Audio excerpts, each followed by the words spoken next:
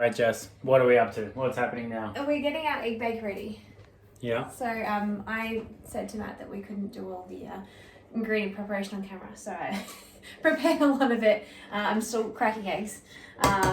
So we're doing double the recipe, hence the 2 containers, one for each of us, and so there's a lot of eggs. You guys should only have about 8. We've got 16. So yeah, I think that's the last one. Mm-hmm. So now that that's done, I'm just gonna season quite a bit with salt and pepper. In other recipes, you might add a lot of cheese at this point. We're not gonna do that because we don't want to overdo it. We've got the feta, so that's gonna keep it pretty healthy, and that's gonna go really, really well with the spinach and the sweet potato. So I'm just gonna whisk like crazy just to break the eggs up. You don't have to worry too much about getting all the bubbles in because we're not trying to create height. We're just trying to break the eggs up, sort of thing.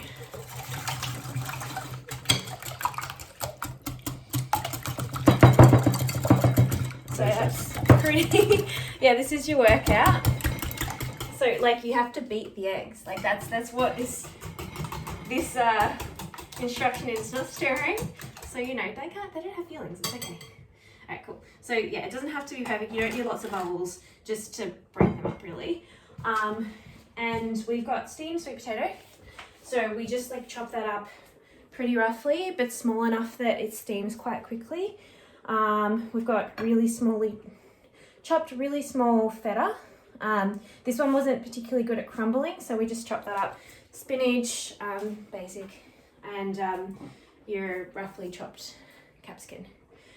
Which Matt did a very good job of. So I'm going to layer it, and I'm going to just start with spinach because the spinach is quite bulky and we have a lot. So I'm just going to create a little leafy bottom and then put some of the hot, the still steaming sweet potato. And that'll hopefully kind of force the spinach to wilt a little bit so we can fit more into the pan because that will be a bit of a challenge. So just on a bit of each, we'll get a bit of capsicum, squash that spinach down. There we go. And then just, we did the feta really small so we could really kind of distribute it because, yeah, like I said, there's no cheese in the egg mix. So you really want to get a little burst of flavour with the feta. So, yeah. Our recipe, we've used sweet potato. If you want to use pumpkin, you can always do that too. They're not that dissimilar in terms of nutritional content, but you just don't want to overdo the amount that you're using. Alright, so I'm going to layer again. Like I said, we're trying to get that spinach wilted down. You could cook the spinach a little bit if you wanted to beforehand, but we didn't do that. Keeping it very simple. Once we pour the eggs in, we just have to be careful. If we don't push the spinach down enough, the eggs, it could overflow. So, yeah. So, let's get the last bit in. And then, like I said, we'll squash it in with our sweet potato. And we'll squash it in with our capsicum. So kind of wilt it down. So you kind of got a lot of serves of vegetables in this as well. So it's a really good way to start the day, or it's a really good, lunch, really hearty, really nutritious, lots of colors, which is what you're aiming for when you're trying to do a balanced meal. So we're not doing too badly. You can see it's overflowing a little bit, but we will work with that. Get all the feta. Yeah. There we go. So that's looking good. I'll just quickly wash my hand. Feta hands are not good.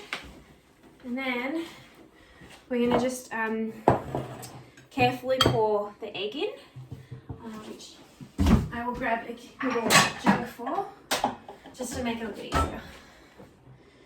Okay. Because then we can kind of control it a bit more.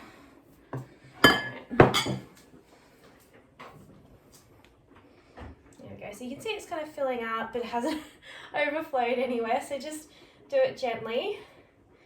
If you can see, just do it gently, because it will, I don't know if you can see this, but you'll see it's coming up the edges a bit.